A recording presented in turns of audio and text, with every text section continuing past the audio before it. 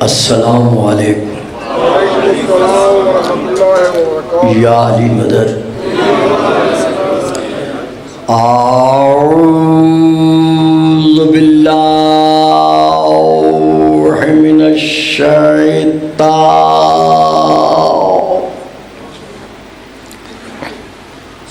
اللعین الرجیم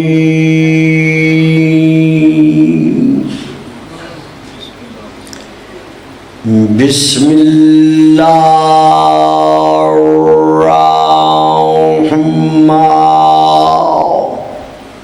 الرحمن الرحیم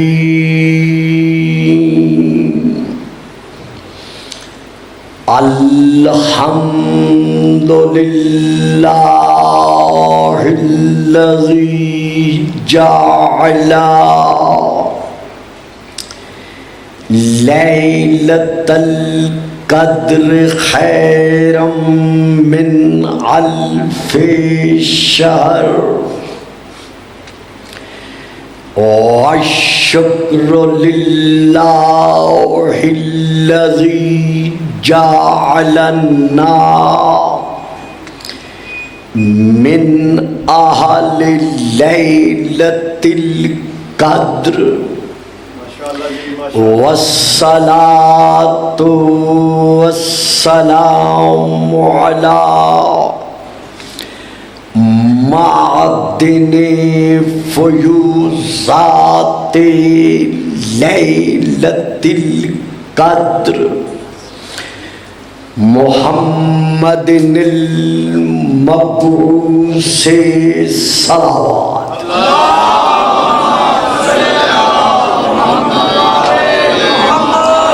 قبل لیلۃ القدر وعلی جواہر علل ما ظہر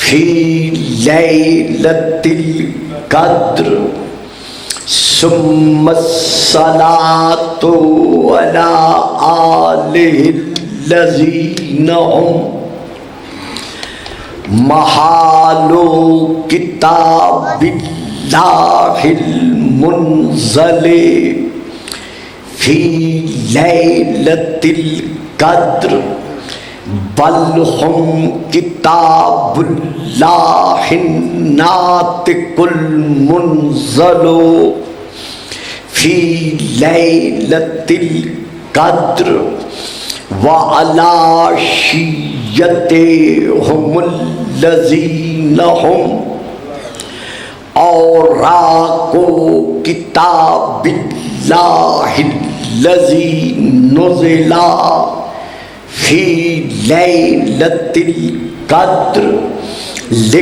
لاقتباسہم المعارف من مشکات لیلۃ القدر اما بعد فقد قال اللہ تبارک وتعالی الذی خالق لیلۃ القدر فی کتاب القدر ومن نصر الا من عند اللہ ان اللہ عزیز حکیم صلوات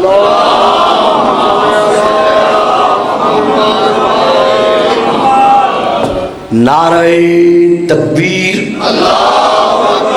نعرہ تکبیر نعرہ رسالت نعرہ رسالت نعرہ حیدری نعرہ حیدری حسینیت حسینیت یزیدیت یزیدیت باواد بلند صلوات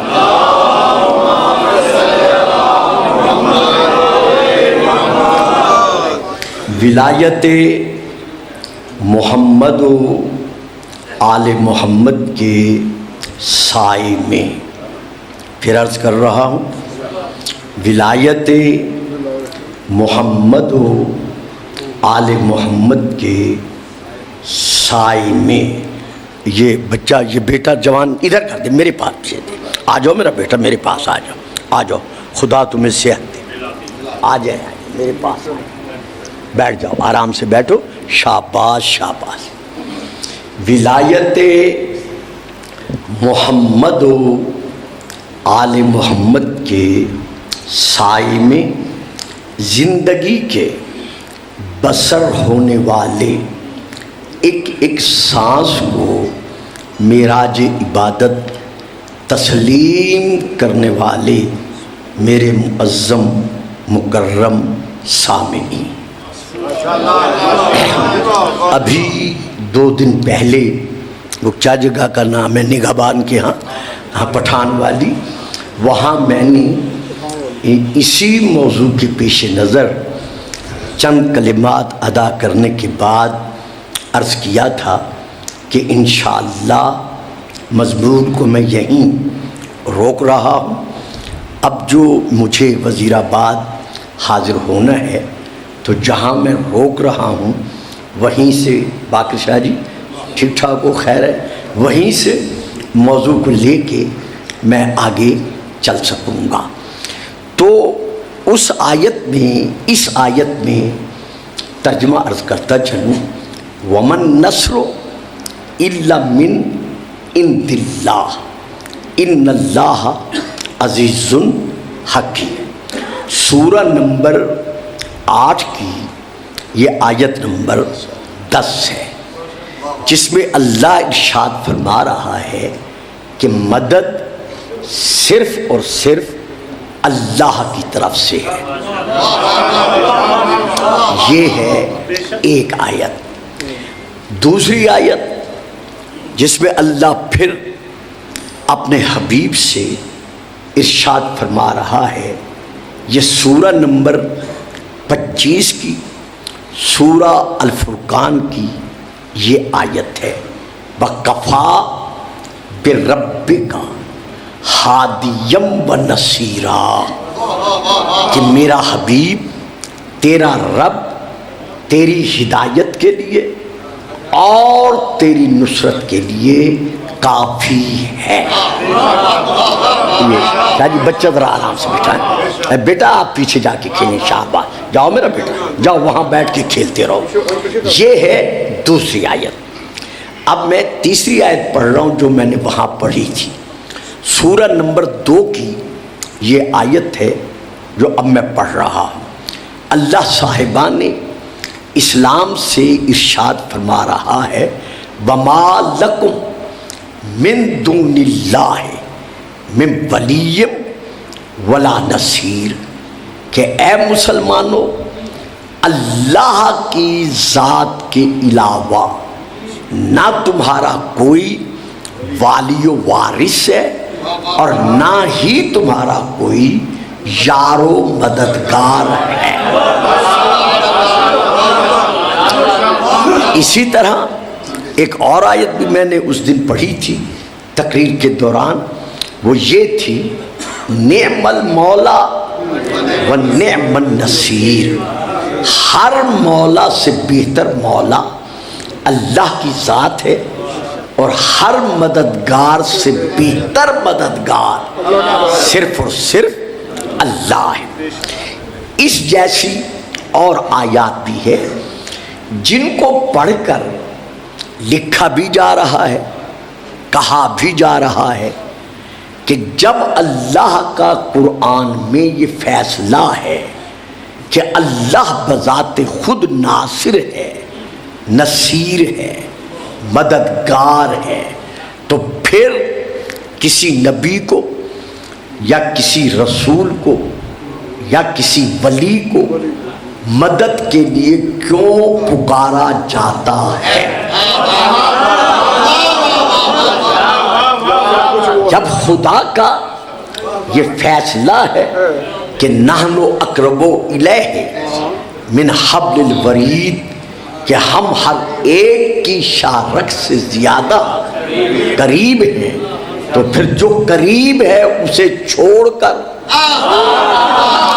کسی اور کو مدد کے لیے کیوں بلایا یا پکارا جاتا ہے؟ اور کچھ کتب میں تو صاف لکھ دیا گیا ہے، جہاں ان کے عقائد کی بحث ہے وہاں انہوں نے لکھا ہے کہ یہ شیعہ، میں کہہ رہا ہوں وہاں رافضی لکھا ہوا ہے کہ یہ شیعہ حضرات اور بریلوی حضرات اگر کسی نبی کو، کسی ولی کو، کسی رسول کو مدد کے لیے پکارتے ہیں تو یہ سراسر قرآن کی مخالفت ہے۔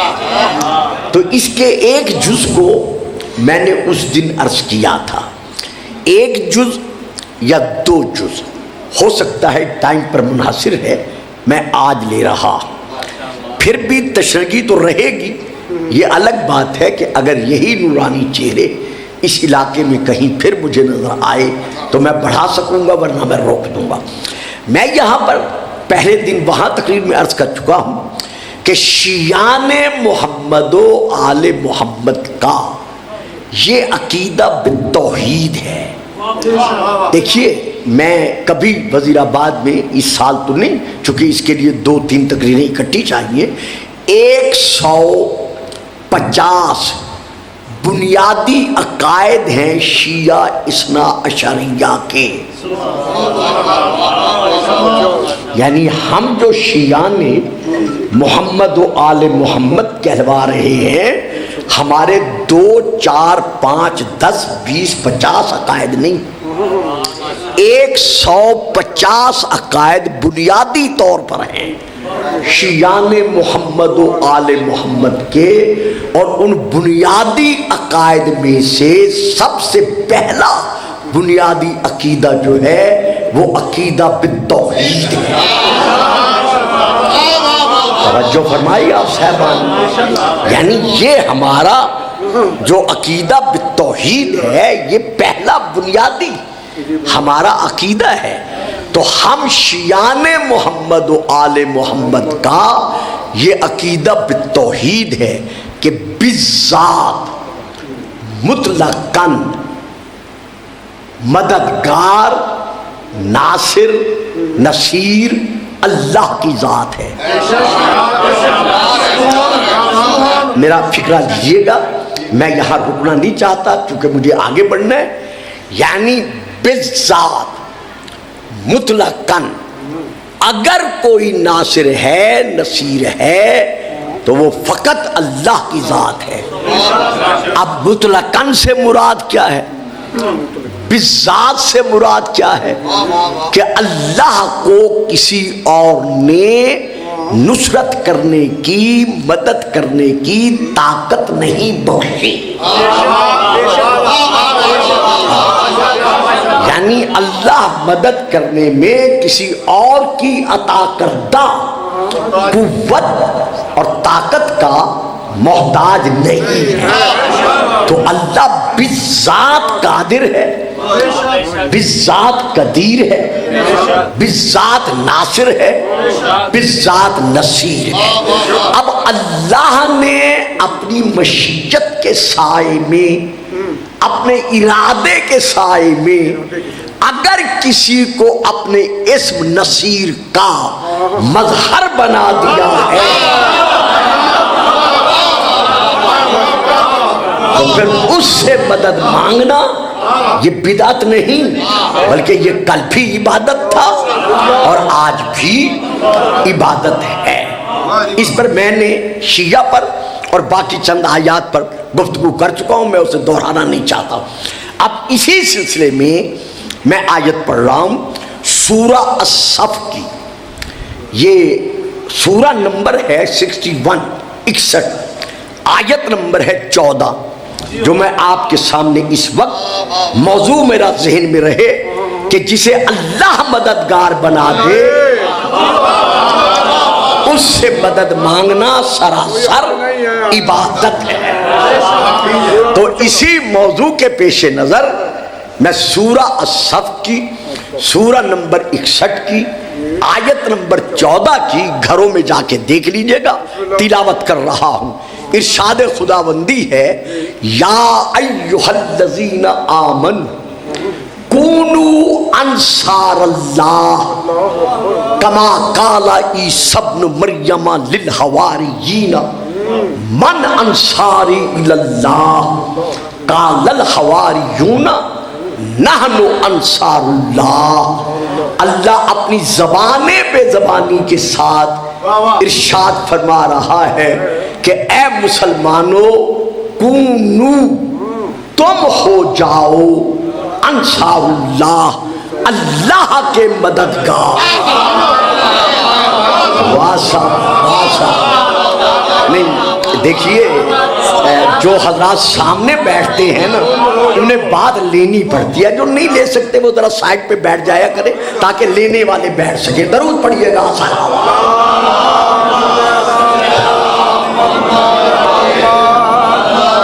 ہم سے کہا جاتا ہے کہ غیر اللہ سے مدد مانگنا شرک ہے، اللہ کے علاوہ کسی اور سے مدد مانگنا کفر ہے۔ تو یہاں تو اللہ خود فرما رہا ہے کہ اے مسلمانوں، اے ایمان والو، تم اللہ کے مددگار بن جاؤ۔ یا اللہ تو قادر و قدیر ہے، تو خالق کائنات والممکنات ہے، ہم لا شے، ہم حقیر، ہم ناتواں، ہم کمزور، ہم تیرے مددگار کیسے بن سکتے ہیں؟ توجہ فرمائی صاحب، بات سمجھ میں آ رہی ہے؟ آپ ذرا پیچھے بیٹھ گئے ہیں، سامنے بیٹھتے نا مجھے بار بار گردن کا رخ پھیرنا پڑتا ہے۔ یا ایھا الذین آمنوا کونوا انصار اللہ، اے ایمان والو، اے مسلمانوں، تم اللہ کے مددگار بن جاؤ۔ اب ہے نا حیرت کی بات، ہم سے تو کہا جاتا ہے رسول سے مدد نہ مانگو، اللہ ہم سے کہہ رہا ہے میرے مددگار بن جاؤ۔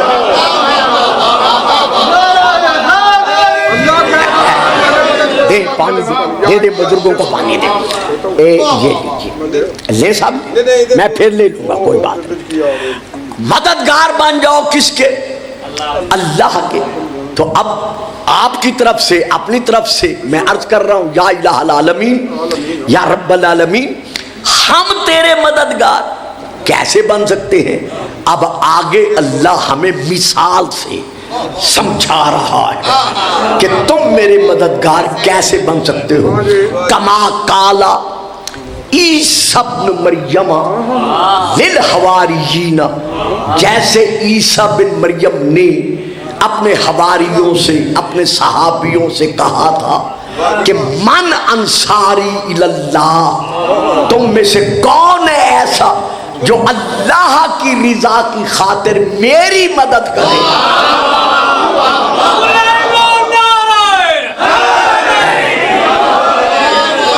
اب دیکھا آپ نے، میں بڑے سکون سے، بڑے آرام سے لے کے چلوں گا کہ جناب عیسیٰ صاحب کتاب ہیں، صاحب امت ہیں، صاحب نبوت ہیں، صاحب رسالت ہیں، صاحب کلمہ ہیں، اور اپنے صحابیوں سے کیا کہہ رہے ہیں کہ تم میں سے کون ہے ایسا جو اللہ کی رضا کی خاطر میری مدد کرے؟ اگر اللہ کی رضا کی خاطر نبی مدد مانگ سکتا ہے امت سے، تو جو رضا الہیہ کے سائے میں مدد کرنے پہ قادر ہے۔ تو اب جب جناب عیسیٰ نے یہ کہا تو حواریوں نے، صحابیوں نے جواب کیا دیا؟ نحنو انصار اللہ، ہم اللہ کے مددگار ہیں۔ صاحبان خاموش ہو گئے، آپ کا حق ہے خاموش ہونا۔ جناب عیسیٰ فرما رہے ہیں تم میں سے کون ہے ایسا جو میری مدد کا وعدہ کرے؟ تو صحابیوں کو کیا کہنا چاہیے تھا؟ نحنو انصارک، ہم تیرے مددگار ہیں، ہم تیری مدد کرنے والے ہیں، لیکن نہیں، کہا کیا؟ نحنو انصار اللہ، ہم اللہ کے مددگار ہیں۔ تو جناب عیسیٰ خفا نہیں ہوئے، ناراض نہیں ہوئے کہ یہ کیا جواب دے رہے ہو؟ تم کمزور ہو کر، حقیر ہو کر، ناشائع ہو کر، فانی ہو کر تم اللہ کے مددگار کیسے ہو سکتے ہو؟ نہ انہیں ڈانٹا نہیں۔ کیوں نہیں ڈانٹا؟ اس لیے کہ جناب عیسیٰ نبی ہیں، وہ سمجھتے تھے، انہیں علم تھا، انہیں معلوم تھا کہ جو اپنے زمانے کے نبی کا مددگار ہوتا ہے وہ اصل میں اللہ کا مددگار ہوتا ہے۔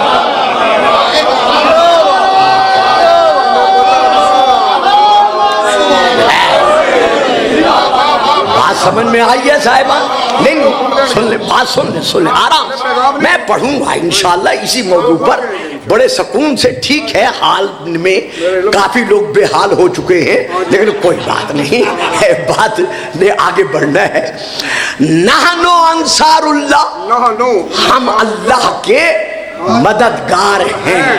او بھئی جناب عیسیٰ نے کب کہا تھا کہ تم میں سے کون ہے ایسا جو اللہ کی مدد کرے؟ وہ تو کہتے ہیں کون ہے ایسا جو میری مدد کرے؟ تو اب صحابی حواری جواب دے رہے ہیں نحنو انصار اللہ۔ تو صاحبان وزیر آباد، میرے اہل سنت، میرے اہل شیعہ، بزرگ، روحانی ایمانی بیٹوں اور بھائیوں، اس آیت سے یہ ثابت ہو گیا کہ جو بھی اپنے زمانے کے نبی کا مددگار ہے،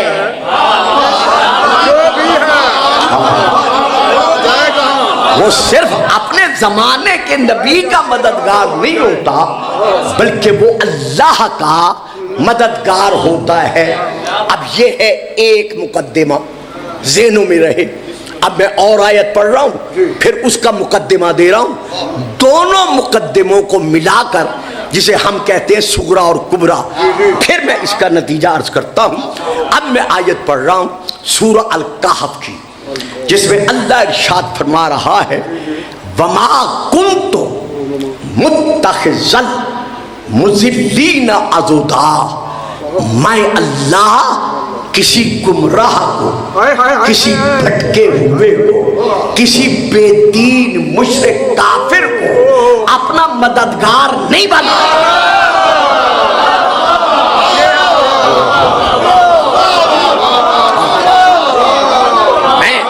میں اللہ جی بڑی مہربانی، اس کا ترجمہ بچوں کے لیے پھر کریں۔ بڑی مہربانی، کافر اور یہودیوں کو مددگار میں نہیں بناتا۔ اللہ تعالیٰ نے چھوڑ کے ذرا کو سبحان اللہ جی، بڑی مہربانی، بڑی مہربانی۔ بچوں بات سمجھ میں آ رہی ہے؟ بیٹا بات سمجھ گئے ہو؟ جہاں میری بات سمجھ میں نہ آئے، میرے سامعین کو حق حاصل ہے وہ وہی، ہاں شاید مجھے ذرا پڑھنے دیجیے، وہ وہیں سے مجھے کہہ دے کہ غلام صاحب یہ بات سمجھ میں نہیں آئی، میں انشاءاللہ برابر برابر برابر اسے پھر دہرا کر عرض کرتا رہوں گا کہ اللہ فرما رہا ہے میں اللہ کسی کافر کو، مشرک کو، بے دین کو، بھٹکے ہوئے کو، گمراہ کو اپنا مددگار نہیں بناتا۔ اب دو ہو گئے مقدمے۔ پہلا مقدمہ کیا ہوا کہ جو اپنے زمانے کے نبی کا مددگار ہے وہ اللہ کا مددگار ہے۔ اب دوسرا مقدمہ کیا ہوا کہ جو اپنے زمانے کے نبی کا مددگار ہے ساری دنیا مل کر اسے کافر کہے وہ کافر نہیں ہو سکتا۔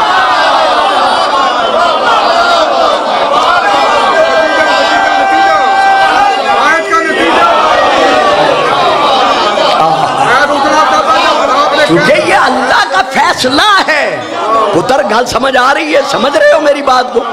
یہ اللہ کا فیصلہ ہے کہ وَمَا كُنْتُ مُتَّخِذَ الْمُضِلِّينَ عَضُدًا، کہ میں کسی گمراہ کو اپنا مددگار نہیں بناتا۔ تو اب تو گلفام کو یہ کہنے کا حق حاصل ہے کہ مسلمانان عالم جب اپنے زمانے کے نبی کا مددگار اللہ کا مددگار ہوتا ہے اور اللہ کا مددگار کافر نہیں ہو سکتا تو پھر ماننا پڑے گا کہ ابو طالب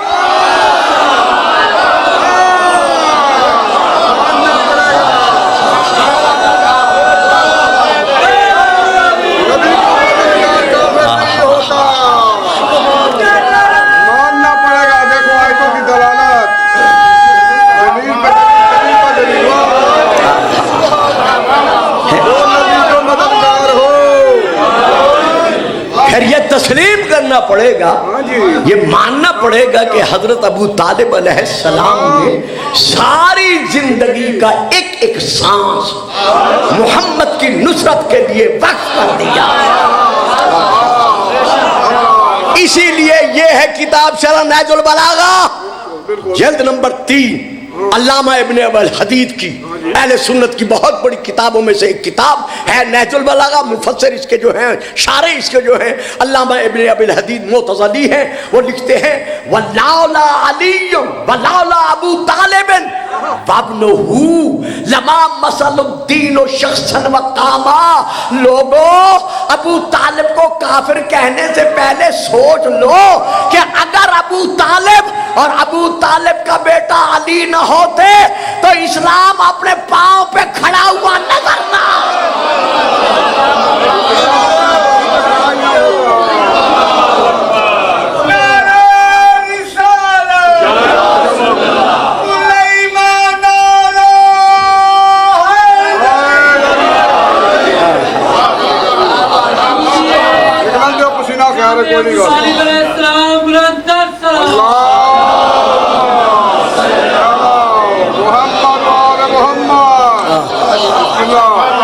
آپ سب کو یاد ہوگا, مجھے یاد دلانے کی ضرورت نہیں ہے, جو آغوش مادر سے مسلسل سن رہے ہیں, اور خاص طور پر میرے عزیز ایمانی روحانی بیٹے بھائی بزرگ تو خیر جانتے ہی ہیں کہ شاب ابی طالب میں 3 سال برابر 7 62 سے لے کر 10 62 تک رسول پاک کو لے کر, ہاشمیوں کو لے کر جناب ابو طالب اس غار میں رہے, اس جگہ رہے جسے شاب ابی طالب کہا جاتا ہے. مجھے اس پہ بولنا نہیں ہے. 3 سال برابر ابو طالب کا دستور کیا تھا؟ یہ ہے پھر شرح نہج البلاغہ جہاں سے میں پڑھ رہا ہوں کہ رات کو ابو طالب محمد کے بستر کا پہرا دیتے دیتے محمد کو ان کے بستر سے اٹھاتے, علی کے بستر پہ سلاتے. واہ صاحب, گرمی آپ کو بولنے نہیں دے رہی, چلو کوئی بات نہیں, میں جو بول رہا ہوں. علی کو ان کے بستر سے اٹھاتے, رسول کے بستر پر سلاتے, رسول کو ان کے بستر سے اٹھا کر علی کے بستر پر سلاتے, علی کو رسول کے بستر پر سلاتے, اور اریاں تلوار لے کر, بغیر نیام کے تلوار لے کر ساری رات رسول کے سر کا پہرا اس طرح دیتے کہ باہر گھومنے والے, پھرنے والے, کان لگانے والے کافروں کو پتا چلتا تھا کہ کوئی شیر محمد کی حفاظت کر رہا ہے.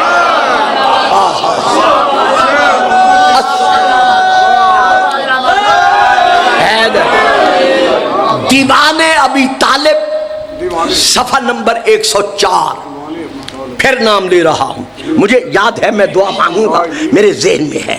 دیوان ابی طالب صفحہ نمبر 104, اس میں 80 اشعار ہیں یکدم جو ایک رات پہرا دیتے ہوئے رسول کے بستر کا پھر بدی ابو طالب نے ادا کیے.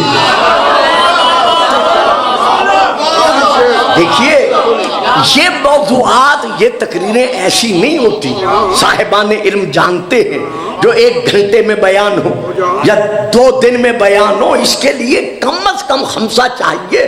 حضرت ابو طالب کو اس وقت سے لے جس وقت سے وہ وصی ابراہیم بن کے چلے آ رہے تھے. خیر, 80 اشعار پر مشتمل ہے وہ قصیدہ جو ایک رات رسول کے بستر کا پہرا دیتے ہوئے حضرت ابو طالب نے پڑھا ہے. میں اس کے صرف پہلے 3 شعر پڑھ رہا ہوں. شعرانہ انداز میں رات کی تاریکی میں ابو طالب پہرا دیتے ہوئے بڑی اونچی آواز سے یہ شعر پڑھنے لگے. نصرت الرسول رسول الملیک ببیزن تلالو کلم البروک ازب و احمی رسول الالہ حمایت حان علیہ شفیق ولیکن عزیر لہم سامیًا کما زار لیسم بغیر بزیق. اور لوگوں میں محمد بن عبداللہ کی حفاظت نہیں کر رہا, میں اپنے بھتیجے کی حفاظت نہیں کر رہا, نصرت الرسول, میں اللہ کے رسول کی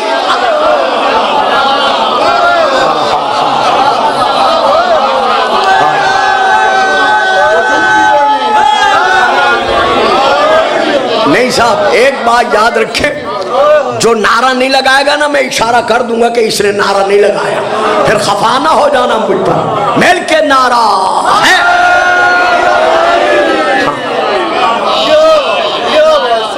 نصرت الرسول رسول الملیک. لوگوں میں اپنے بھتیجے کی حفاظت نہیں کر رہا, میں یتیم عبداللہ کی حفاظت نہیں کر رہا, بلکہ میں اللہ کے رسول کی حفاظت کر رہا ہوں. اس اللہ کے رسول کی حفاظت کر رہا ہوں جو کائنات کا مالک ہے.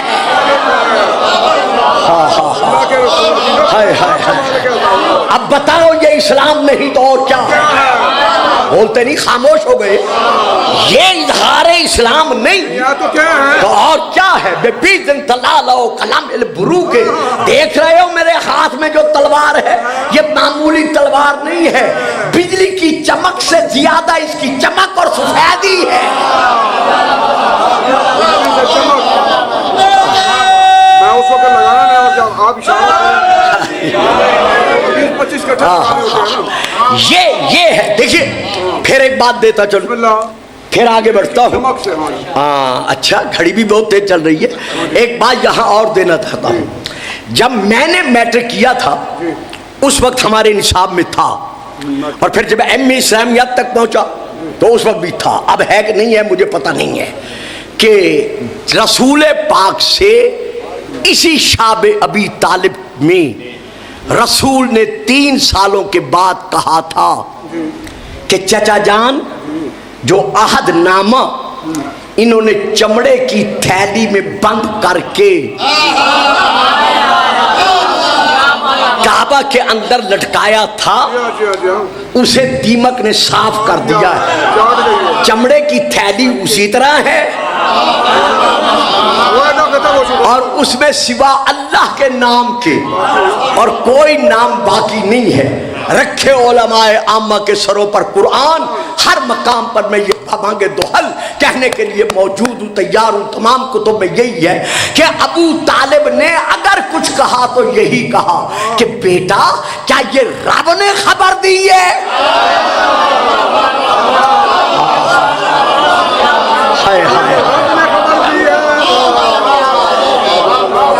تو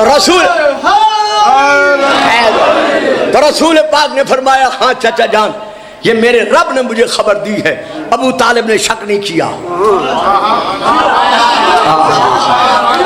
لیا جناب محمد عربی صلی اللہ علیہ وآلہ وسلم کو, ہاشمیوں کو اوریا تلواروں کے نرغے میں گھیرے میں لے کر محمد کو بڑھے بیت الحرام کی طرف. جب مسجد کے قریب صحن میں آئے, ابو جہل, ابو لہب, عقبہ بن ابی معیط, اور انہوں نے ایک دوسروں کو اشارے کر کے کہا کہ وہ دیکھو ابو طالب اب تنگ آ گیا ہے, تنگ آ کر محمد ہمارے حوالے کرنے آیا ہے. جناب ابو طالب آگے بڑھے, شیرانہ انداز میں ایک ایک کا نام لے کر کہا کہ جاؤ, میں نہیں کہتا تھا کہ میرا محمد سچا ہے.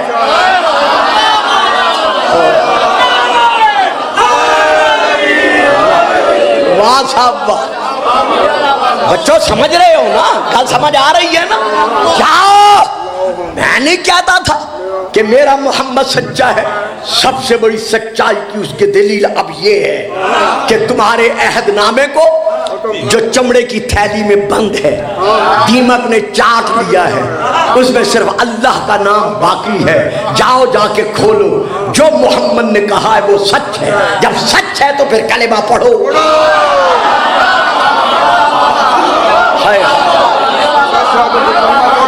جب یہ سچ ہے تو پھر کلمہ پڑھو.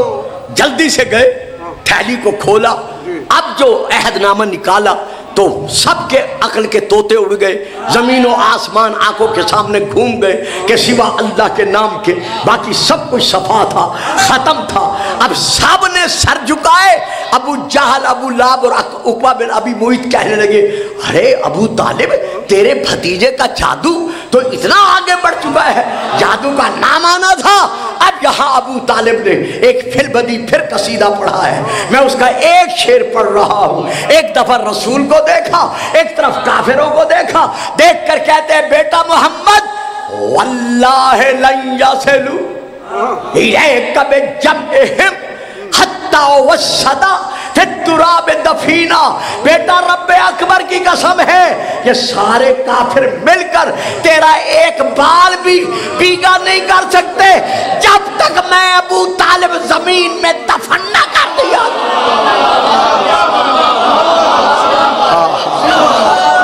اب نعرہ لگائیں۔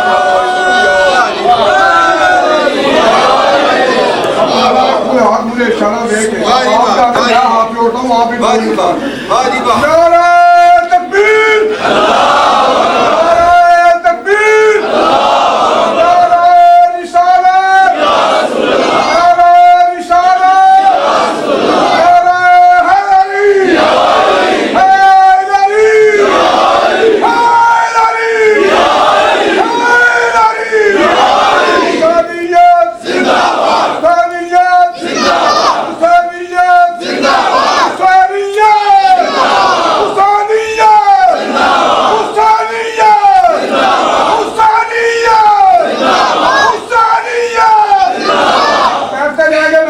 ہوتا رہوں گا میں آپ کو بار میں۔ شاباش شاباش، بس زندہ باد، نعرہ حیدری۔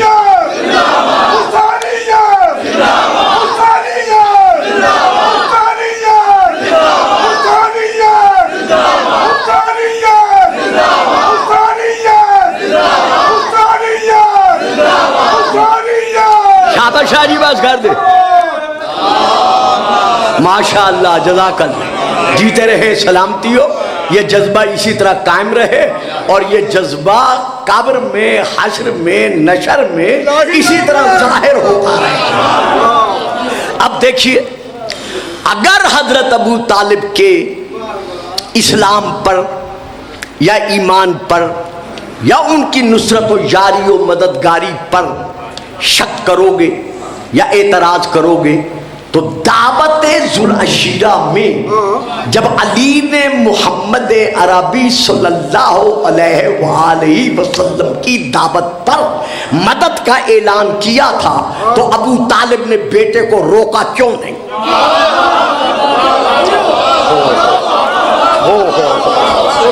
بھائی آپ نے میری بات بس سن لی ہے، توجہ نہیں فرمائی۔ اگر باپ کا عقیدہ اور ہے، اب تو میں کہہ گیا، مجھے آگے نہیں کہنا چاہیے، اگر باپ کا عقیدہ اور ہے، بیٹے کا عقیدہ اور ہے، اور باپ اور بیٹا ایک ہی بد میں اکٹھے ہو جائیں، جہاں بیٹے کا عقیدہ باپ کے عقیدے سے ٹکرا رہا ہو تو باپ بھی تو فوراً کہے گا نہیں میں حق پہ ہوں، یہ غلط ہے۔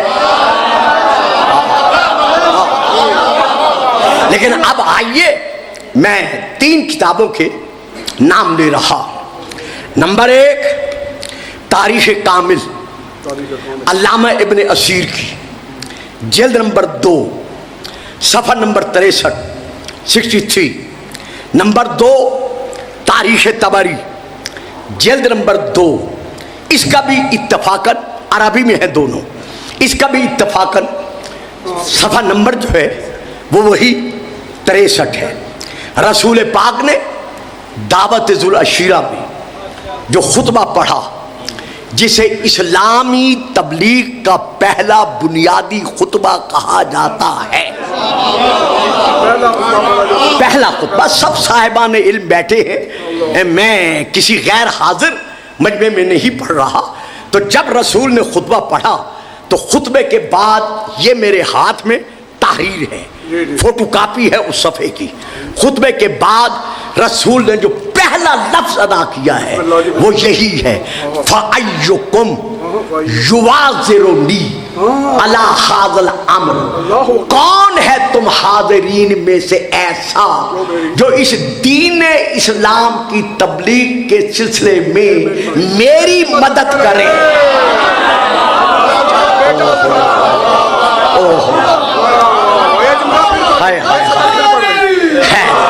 آپ سے گزارش ہے ذرا آگے بیٹھا کریں تاکہ میں تقریر کو تسلسل سے لے کے چل سکوں. اس میں پہلا لفظ رسول کا یہی ہے فَأَيُّكُمْ يُوَاصِرُنِي, کون ہے تم میں سے ایسا جو آج اس مجمع میں سے مجھ سے اس تبلیغ اسلام کے سلسلے میں میری مدد کا وعدہ کرے. اگر اللہ کے علاوہ کسی سے مدد مانگنا شرک ہے, میں نہیں پڑھتا, اس سے آگے میں نہیں پڑھتا. آپ بولیں نہ بولیں, داد دیں نہ دیں, میں نے اپنی روش کو تبدیل نہیں کرنا.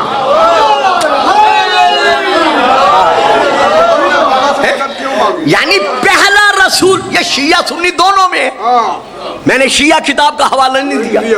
رسول فرماتے ہیں تم میں سے کون ہے ایسا جو میری مدد کا وعدہ کرے. اگر اللہ کے علاوہ کسی اور سے مدد مانگنا شرک ہے, کفر ہے, تو پھر ذرا دل سنبھالو, کلیجے پہ ہاتھ رکھو, یہ فتویٰ تمہیں کہاں لے جائے گا.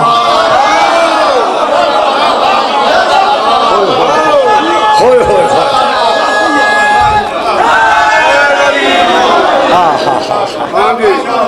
ہر طرف سناٹا رہا, ہر طرف خاموشی رہی. رسول پاک فرماتے ہیں سنو, جو آج میری مدد کا وعدہ کرے گا الا ان یکون اخی و وصیی و خلیفتی فیکم, وہ میرا وصی ہے, وہی میرا وزیر ہے, اور وہی تم میں میرا خلیفہ ہے, وہ میرا بھائی ہے. یہ کس نے کہا؟ رسول نے کہا. کب کہا؟ دین اسلام کی پہلی دعوت میں کہا. تو جیسے یہ فرمایا, اب آگے فکرے کیا ہیں؟ فوراً 13 سال کا علی کھڑا ہوا. اب باپ بھی سامنے, چچا بھی سامنے, ہاشمی بزرگ بھی سامنے.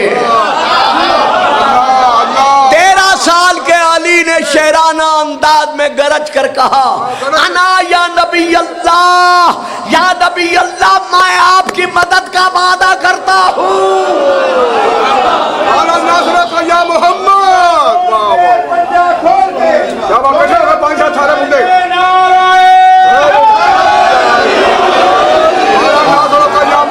جیتے رہو, سلامتی ہو.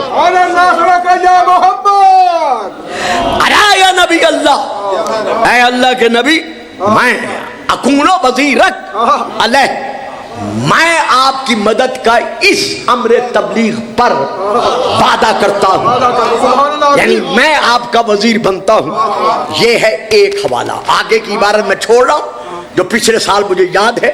اسی علاقے میں کہیں میں نے اس کتاب کے حوالے سے, آپ ذرا میری طرف دیکھیے گا, میں آپ کو بہت دور لے کے جا رہا ہوں. میں نے یہ عبارت پڑھی تھی. اب میں کتاب کا نام لے, ملک الطاف جی, یہ پچھلے سال میں نے حوالہ نہیں دیا تھا, جو کتاب اس وقت تک مجھے ملی نہیں تھی. اس سال کتاب ملی ہے تو اس سال میں حوالہ دے رہا ہوں اپنی تقریروں میں. کتاب کا نام ہے تاریخ ابو الفدا, تاریخ ابو الفدا, جلد نمبر 2. کوئی بات نہیں, کوئی بات نہیں بیٹا, رہنے دو, کوئی بات نہیں. تاریخ یہ اپنا حاجی صاحبان کو پتہ چل جائے گا کہ پڑھنے والوں کو بھی گرمی لگتی ہے, تو آئندہ یہاں پر ڈسٹر کا انتظام کر دیں گے. درود پڑھیے گا. سلام.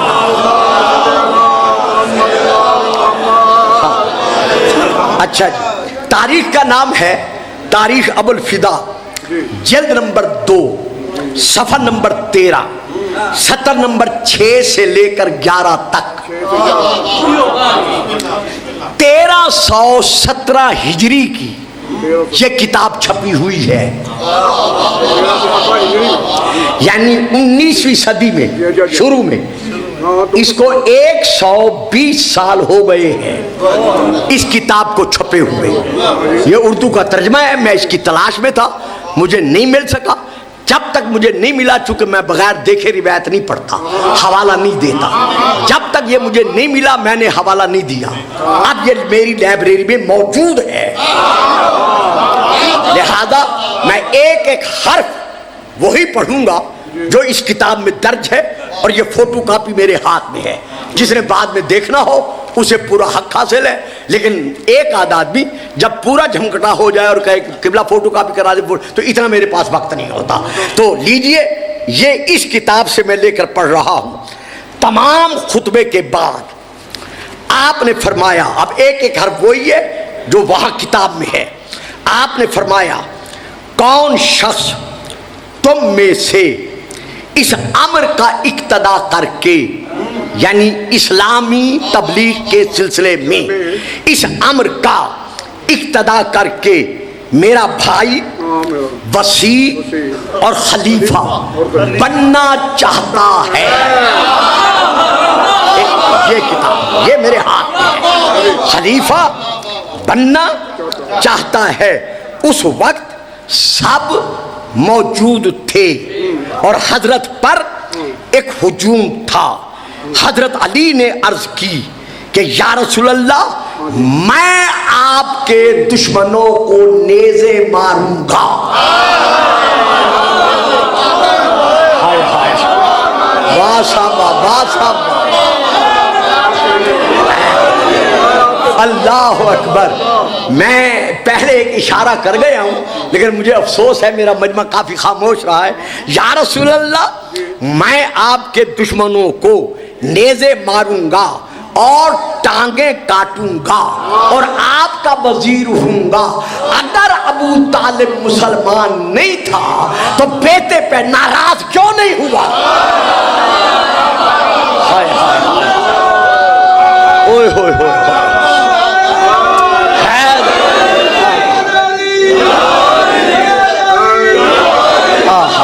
واہ صاحب، بڑی مہربانی، بڑی مہربانی۔ درود پڑھ دیں گے آپ لوگ، صلوات پڑھیں گے آپ؟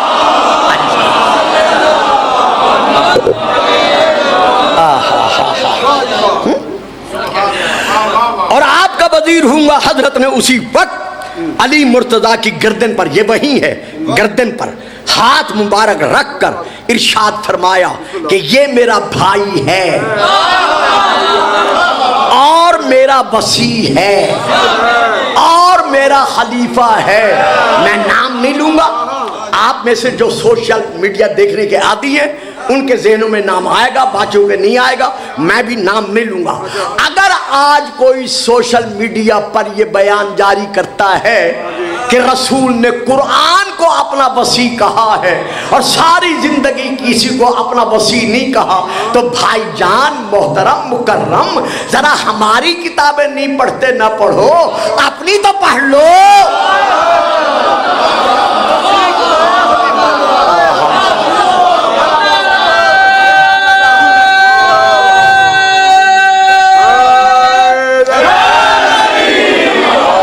واہ جی واہ، واہ جی واہ۔ گھبرائے تو نہیں نا بچوں، گھبرا تو نہیں رہے نا؟ اچھا جی، یہاں ایک اور حوالہ دیتا ہوں، یہ وہ بھی میرے ہاتھ میں ہے، میں پھر حوالہ یہاں ایک اور دے رہا ہوں۔ علی دعوت ذوالعشیرہ سے رسول کا مددگار نہیں بنا۔ واہ جی واہ، میری زندگی گزر گئی ہے وزیر آباد کے علاقے میں، فکرہ میں نے دینا ہی نہیں تھا، آپ سارے چپ کر گئے۔ علی دعوت ذوالعشیرہ کے دن سے رسول کا مددگار نہیں بنا، بلکہ جب سے رسول رسول ہے،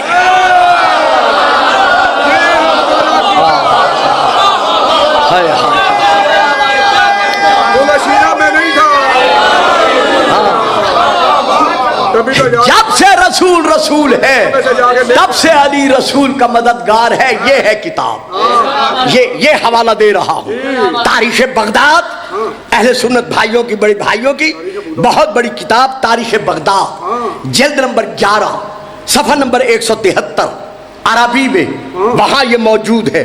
حضرت ابو ہریرہ رضی اللہ تعالی عنہ رسول کے صحابی بیان کرتے ہیں کہ معراج کا ذکر بیان کرتے ہوئے رسول نے ارشاد فرمایا، قال لما عرج بی، کہ جب شب معراج میں بلند کیا گیا، رأیت علی ساق العرش مکتوبا، تو عرش کے سینے پر میں نے لکھا ہوا دیکھا، کیا؟ لا الہ الا اللہ محمد الرسول اللہ، ایت آیدتہ بعلی ونصرتہ بعلی، میں نے محمد کی تائید کی علی کے ساتھ اور محمد کی مدد کی علی کے ساتھ۔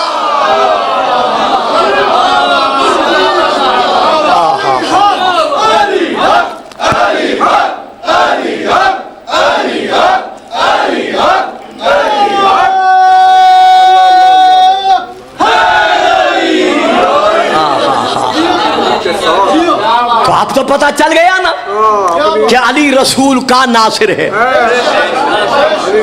اچھا، اگر اللہ کے علاوہ کسی اور سے مدد مانگنا شرک ہے، کفر ہے، بدعت ہے، تو میں پھر آیت پڑھ رہا ہوں۔ اچھا بسم اللہ۔ آئیے قرآن کی طرف، سورہ التحریم کی۔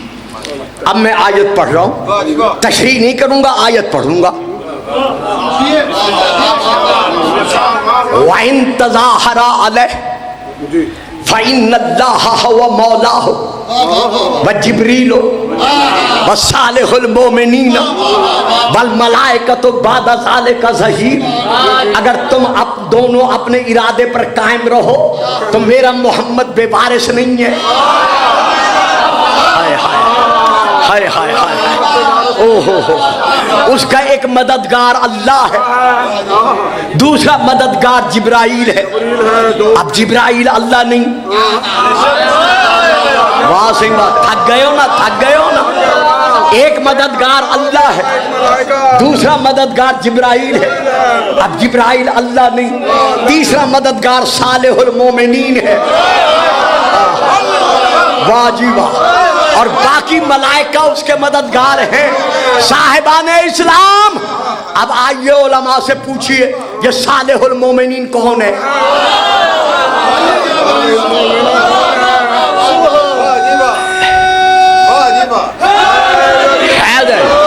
ایک احسان کریں، ایسا نعرہ لگائیں سونے والوں کو پتہ چل جائے ہم مجلس میں بیٹھے ہیں۔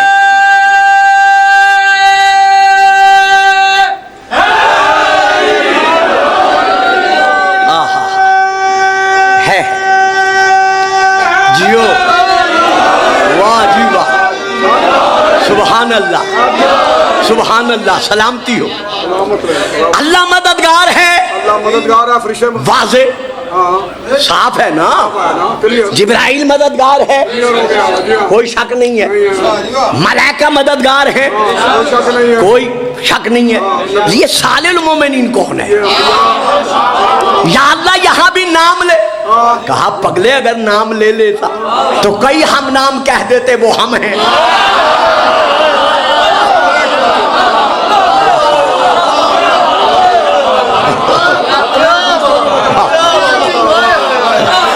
مجھے معلوم ہے لیکن کیا کروں، موضوع ہی ایسا ہے، بس میں جلدی سے سمیٹتا ہوں۔ میں عوام سے بھی واقف ہوں کہ بہت گرمی ہے اور خود کو بھی دیکھ رہا ہوں جو مجھے جا کے پھر بھی پڑھنا ہے، لیکن بات ایسی ہے میں کہتا ہوں ایک مقام پر پہنچ جائے تاکہ میں اسے روک لوں، پھر آگے انشاءاللہ لے کے چلوں گا۔ تو یہ صالح المومنین کون ہے؟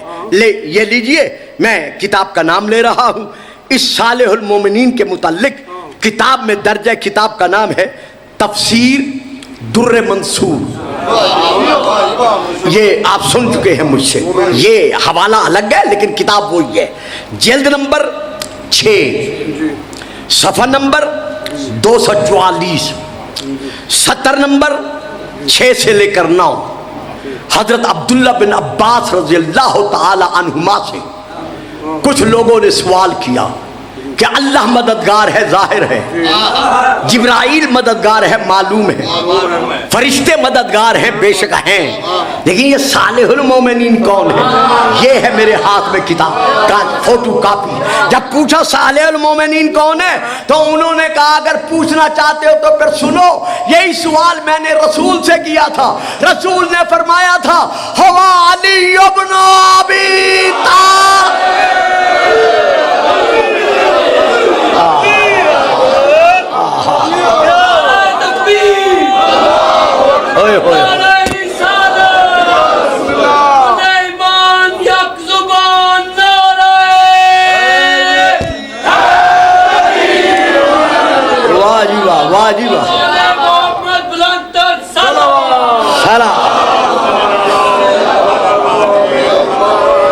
بس آخری آیت سن لو، گھنٹہ گزر گیا ہے، میں یہی ختم کرتا ہوں، صرف آخری آیت سن لو، باقی چھوڑ رہا ہوں۔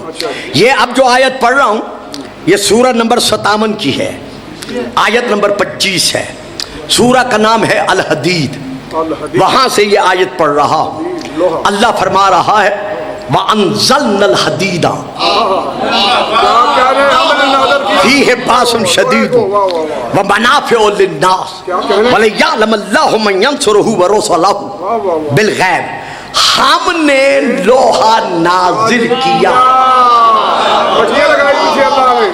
اور یہ لوہا وہ ہے جس میں سختی ہے، قوت ہے، طاقت ہے، شدید طاقت ہے، اور لوگوں کے لیے یہ نازل ہونے والا لوہا نفع ہی نفع ہے۔ اور پھر نازل کیوں کیا؟ تاکہ اللہ جان لے کہ اس لوہے کے ذریعے سے کون اللہ کی مدد کرتا ہے اور کون اللہ کے رسولوں کی۔ ہائے ہائے ہائے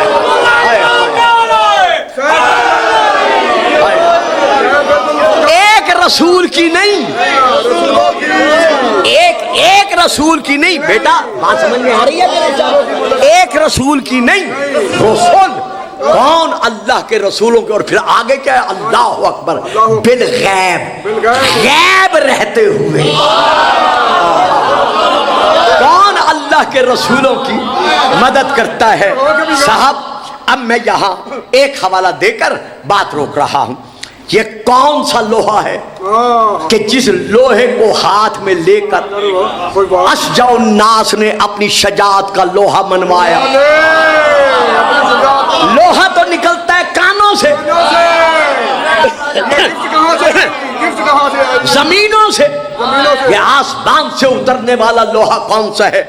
یہ لیجئے، کتاب کا نام مدارج النبوہ، جلد، گھنٹہ گزر گیا ہے، میں نے ایک شیعہ بھی کتاب کا حوالہ نہیں دیا، یہ ذہنوں میں رہے۔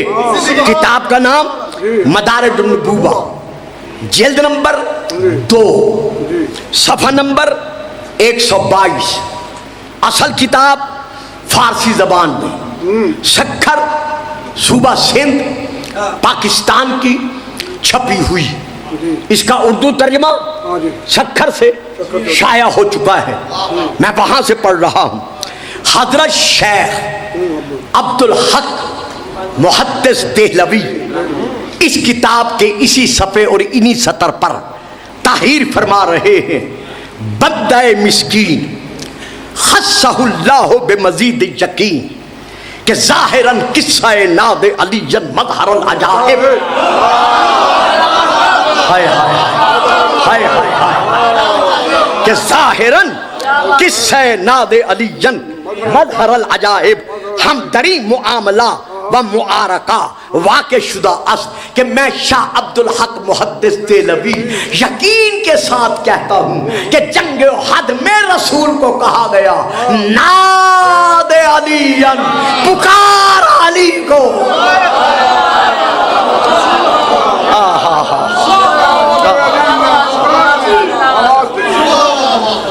کس علی کو بلا؟ مظہر العجائب، جس سے عجائب و غرائب واقعات ہر وقت ظہور پذیر ہوتے ہیں۔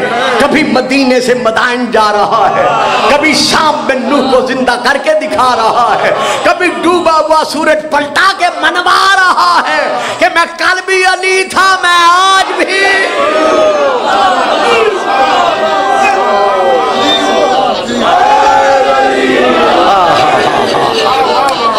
اب جنگ احد میں مولانا لکھتے ہیں کہ رسول کو حکم ملا کہ علی کو بلا، رسول نے بلایا، ہاں بلایا، آواز دی، کب آواز دی؟ جب رسول پاک زخمی حالت میں ایک گڑھے میں تشریف فرما تھے، علی رسول کو تلاش کرتے کرتے دونوں ہاتھوں سے تلوار چلاتے چلاتے رسول تک پہنچے، بس ابھی پہنچے ہی تھے، ابصر النبی، کتاب کا نام تاریخ کامل جلد نمبر 2، دوسری کتاب کا نام مدارج النبوہ جلد نمبر 2، تیسری کتاب کا نام معارج النبوہ جلد نمبر 3 اردو میں، چوتھی کتاب کا نام تاریخ طبری جلد نمبر 2۔ اب میرے پاس وقت نہیں ہے، میں اور حوالے نہیں دیتا، میں پڑھ رہا ہوں تاریخ کامل جلد نمبر 2 سے، صفحہ نمبر 154، مطبوعہ بیروت لبنان۔ رسول گڑھے میں ہیں، علی پہنچے، ڈھال میں پانی بھرا،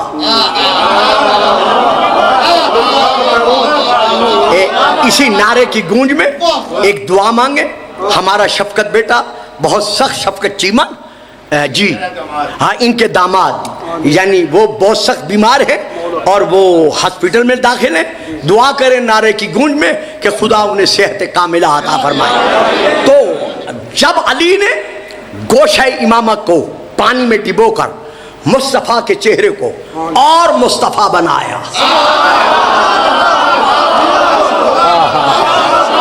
ہے جی، اور مصطفیٰ بنایا، تو اب رسول پاک نے علی کو دیکھا، اس علی کو جو سر سے لے کر پاؤں تک شیعہ تاریخ کے مطابق 90، اہل سنت تاریخ کے مطابق 16 زخم کھا چکا تھا، سارے زخم سامنے تھے، کوئی بات نہیں، پسینے میں ڈوبے ہوئے ہیں، کوئی بات نہیں، سارے زخم سامنے تھے، پیچھے نہیں تھا۔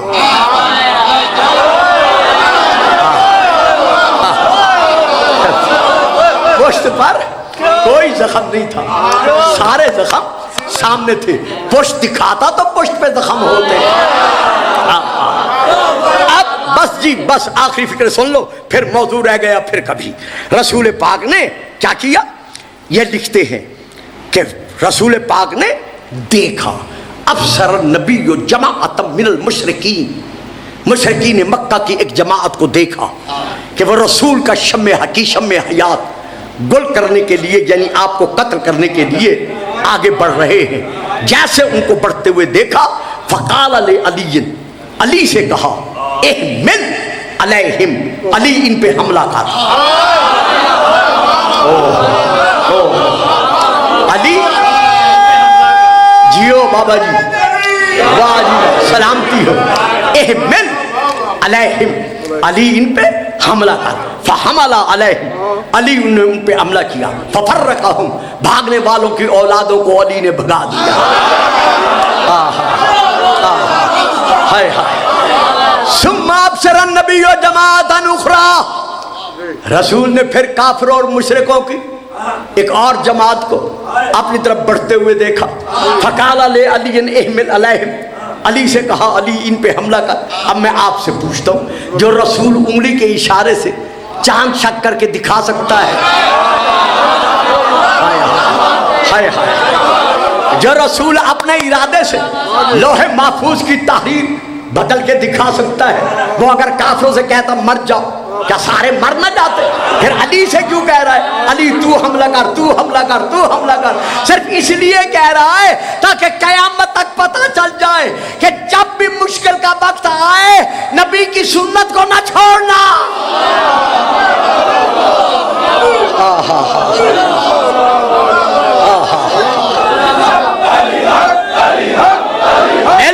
مل کر جیو، سنت رسول نہ بھولنا۔ علی نے حملہ کیا، ففرقہم، سب کے سب بھاگ گئے۔ جب بھاگ گئے تو اب یہ دیکھ رہے ہیں، گلفام شیعہ کتاب سے نہیں پڑھ رہا، کہ رسول کے پہلو میں جبرائیل کھڑے تھے، پہلو میں جبرائیل کھڑے تھے۔ بابا جی میں ترجمہ کروں گا، میں کوئی اشارتاً بات نہیں کروں گا۔ جبرائیل نے کہا، فقال جبرائیل یا رسول اللہ ہذہ المواسات، یا رسول اللہ یہ علی کو دیکھ رہے ہیں نا، یہ ہے بھائی چارہ۔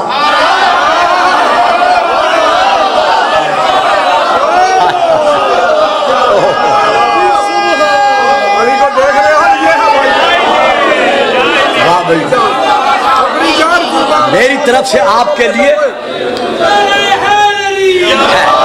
میری طرف سے آپ کے لیے سینکڑوں سلام۔ ہزاروں عقیدت بھرے سلام، لاکھوں پیار بھرے سلام کہ اتنی گرمی کے عالم میں آپ نے بیٹھ کر اس انداز میں اس ذکر کو سنا ہے، اس کا اجر یہاں بھی ہے وہاں بھی ہے۔ یا رسول اللہ حاضر المواسات، یہ علی کو دیکھ رہے ہو نا، علی کس طرح لڑ رہا ہے، یہ ہے اخوت، یہ ہے محبت، یہ ہے بھائی چارہ، یہ ہے کتاب۔ رسول فرماتے ہیں جبرائیل اس میں تعجب کیسا، علی منی وانا من ہو۔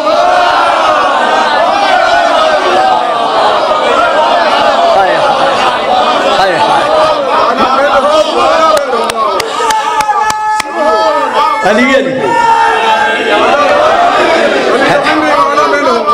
جبرائیل اس میں تعجب کیسا، علی منی وانا منہ، علی مجھ سے ہے اور میں علی سے ہوں۔ جلدی سے جبرائیل نے کہا وانا منکما، میں تم دونوں میں سے ہوں۔ رسول نے نہیں کہا کہ ہم تم میں سے ہیں،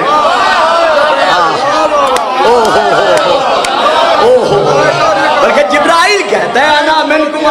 اب آخری فقہ سن لو، مجھ سے دعائیں لے لو، مولا تمہیں بھی، بانیان کو بھی، پورے ملک کو بھی سلامت رکھے، ہمارا پاکستان سلامت رہے، داخلی خارجی انتشارات سے محفوظ رہے۔ بس آخری فقہ سن لو۔ جب یہ باتیں ہو چکی تو رسول کہتے علی علی علی سنتے ہو،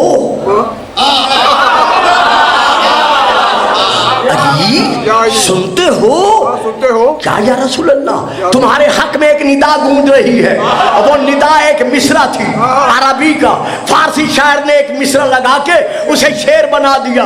وہ ندا کیا تھی؟ شاہ مردان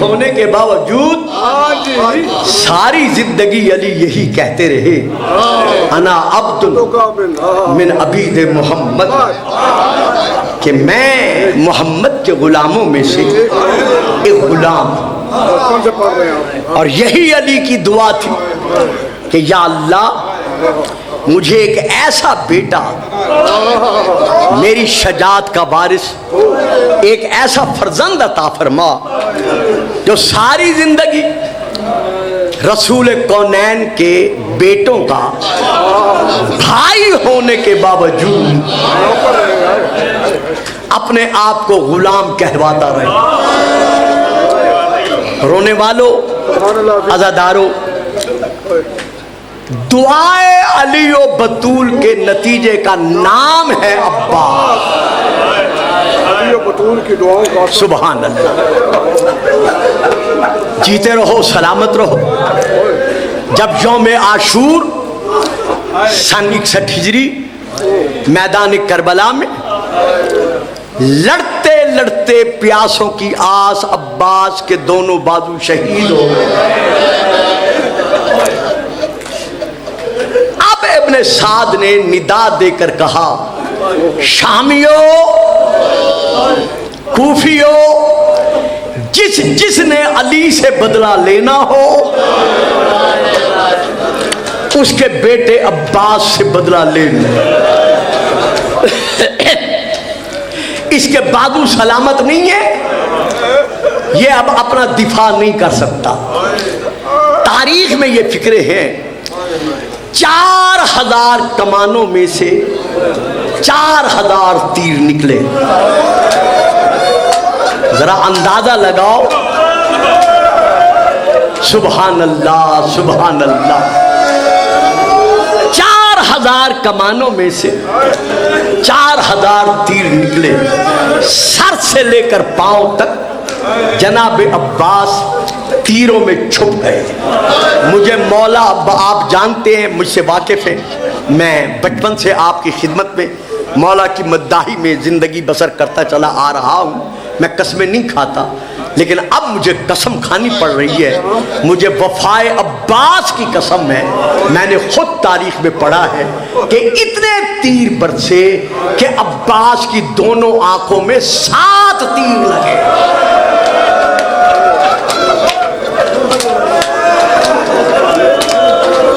ہم ذاکر مولوی تو پڑھتے ہیں نا، ایک آنکھ میں تیر تھا، ایک آنکھ میں خون تھا، لیکن نہیں، 7 تیر عباس کی دونوں آنکھوں میں لگے۔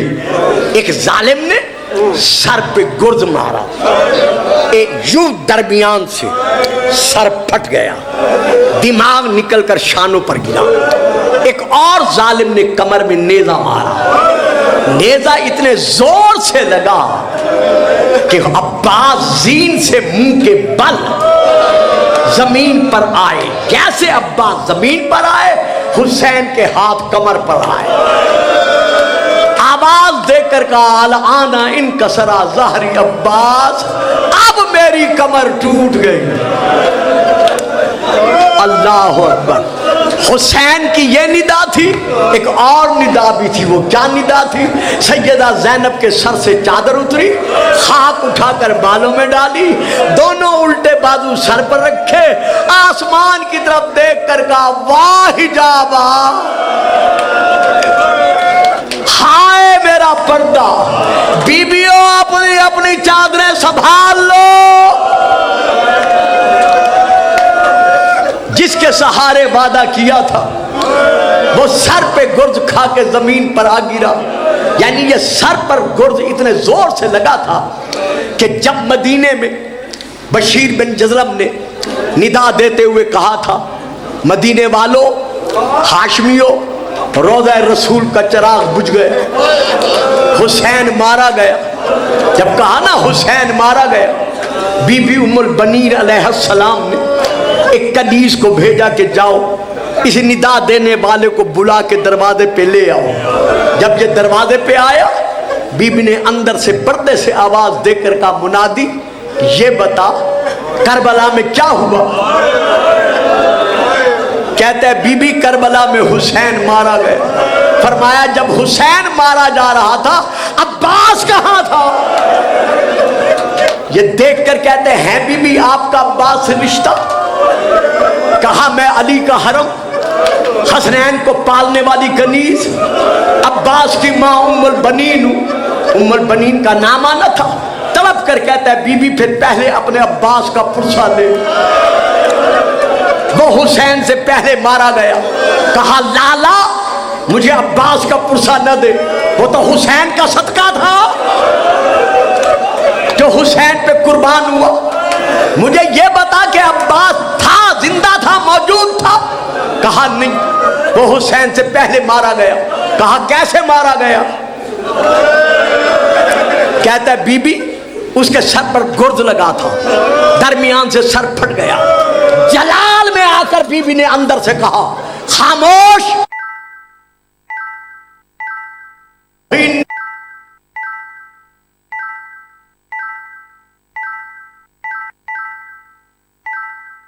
آس کے سر پہ گرز مارے کر کہتا ہے بی بی بازو پہلے کٹ گئے تھے۔ جب بازو کٹنے کا نام آیا بی بی آواز دے کر کہتی ہے الحمدللہ۔ جناب عباس زمین پر گرے، حسین سرانے پہنچے، غازی کا سر اٹھایا، گودی میں رکھا۔ تمام وصیتوں کے بعد میں ہمیشہ پڑھتا ہوں کہ جناب عباس سے امام نے کہا عباس کوئی وصیت؟ کہا مولا میرا خیمے میں لاشا نہ لے جانا۔ یہاں ذاکرین پڑھتے ہیں، میں بھی پڑھتا تھا کہ اگر سکینہ پانی مانگے گی تو میں جواب نہیں دے سکوں گا، یہ غلط نہیں ہے، صحیح ہے، لیکن حقیقتاً تاریخ یہ ہے کہ یہ یوں حسین نے عباس کے جسم میں کمر کے نیچے ہاتھ ڈالا کہ میں اٹھاؤں، جسم کے جس حصے پہ ہاتھ پڑا، کیا اب بھی میں پڑھوں آپ سن کر روئیں گے، وہیں سے گوشت الگ ہو گئے۔ عباس کا جسم اس قابل ہی نہیں رہا تھا جو زہرا کا لال اٹھا سکتا، لیکن ہائے عباس عباس کی وفا، تڑپ کر کہا مولا میں تیرا غلام ہوں، اللہ جانے حق کے غلامی ادا کر سکا ہوں یا نہیں کر سکا، اگر ہو سکے تو میرا لاشا عمر ابن سعد کو دے دینا۔ کیوں عباس؟ مولا میرا لاشا عمر ابن سعد کو دے کر کہنا کہ عباس کہہ رہا تھا جتنے گھوڑے دوڑانے ہو میری لاش پہ گھوڑے دوڑا لو، لیکن حسین کے لاشے پہ گھوڑے نہ دوڑانا۔ ہائے رونے والوں، جب حسین کے لاشے پہ گھوڑے دوڑے سکینہ نے طلب کر کہا چچا چچا، ہائے میرا مظلوم بابا۔ ماتم عباس، ماتم عباس، ماتم عباس۔